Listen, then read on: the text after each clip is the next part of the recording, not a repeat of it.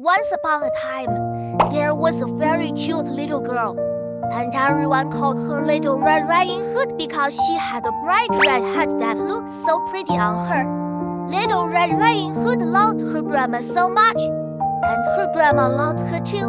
One day, her grandma got sick, and Little Red Riding Hood, as Mom said, "Little Red Riding Hood, can you take some yummy food to Grandma? There's bread, cake, and sweet jam." Little Red Riding Hood was so happy she jumped up and said, "Yay! I'll go right now." She put on her red hat, grabbed the basket, and stepped out the door. To get to Grandma's house, Little Red Riding Hood had to walk through a big forest. The trees were tall and green, and little birds were chirping happily. Little Red Riding Hood walked along, humming a song, feeling so cheerful. But suddenly, she met a big gray wolf. The wolf looked a bit scary, but it pretended to be friendly and said, "Hey, Little Red Riding Hood, where are you going?" Little Red Riding Hood smiled and said, "I am going to Grandma's house to bring her some yummy food. She is sick, and I want to make her feel better." The wolf heard this and got a sneaky idea.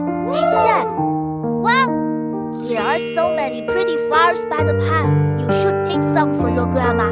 She'll be so happy." Little Red Riding Hood thought, "Really? That's a great idea." So she ran off to pick flowers. While Little Red Riding Hood was picking flowers, the wolf swam to Grandma's house. It knocked on the door, and Grandma asked, "Who is it?" The wolf pretended to be Little Red Riding Hood and said, "It is me, Little Red Riding Hood, here to bring you yummy food." Grandma was so happy and said, "Come in, dear." As soon as the wolf went inside, it hid Grandma under the bed, put on her clothes, and even her hat, then lay down in bed pretending to be Grandma.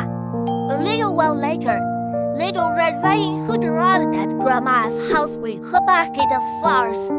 She knocked on the door, and the wolf said in a scratchy voice, "Who is it?"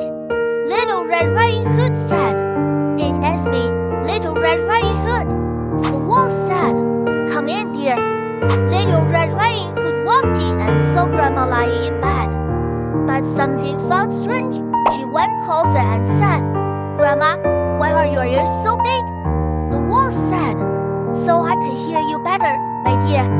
Little Red Riding Hood asked again, "Grandma, why are your eyes so big?" The wolf said, "So I can see you better, my dear." Then Little Red Riding Hood asked, "Grandma, why is your mouth so big?" The wolf jumped up and shouted, "So I can eat you up." And it pounced toward Little Red Riding Hood. Little Red Riding Hood was so scared she yelled, "Help! Help!" Just then, a brave hunter was passing by Grandma's house and heard the cries. He rushed inside and saw the wolf trying to eat Little Red Riding Hood. He swung his rifle, and the wolf got so scared it ran away with a loud whoop. The hunter chased it off, making sure it was gone for good. Little Red Riding Hood and Grandma were saved. Grandma crawled out from under the bed and hugged Little Red Riding Hood. "See, my sweet girl, are you okay?" Little Red Riding Hood shook her head and said, "I am okay. Grandma, what about you?" Grandma smiled and said, "I am fine too, thanks to you coming to see me." Together, they thanked the hunter, and he said, "Be careful from now on, and don't you let the wolf trick you again." Little Red Riding Hood nodded and said, "I will." From that day on, Little Red Riding Hood never wandered off or talked to strangers so easily. She and her grandma lived happily every day, and the hunter became their good friend. Every night, Little Red Riding Hood listened to Grandma's stories and fell asleep sweetly, never meeting the big bad wolf again. Little friends, this story teaches us to be careful with strangers and not to trust them too easily. If you are in danger, shout for help and be brave to protect yourself.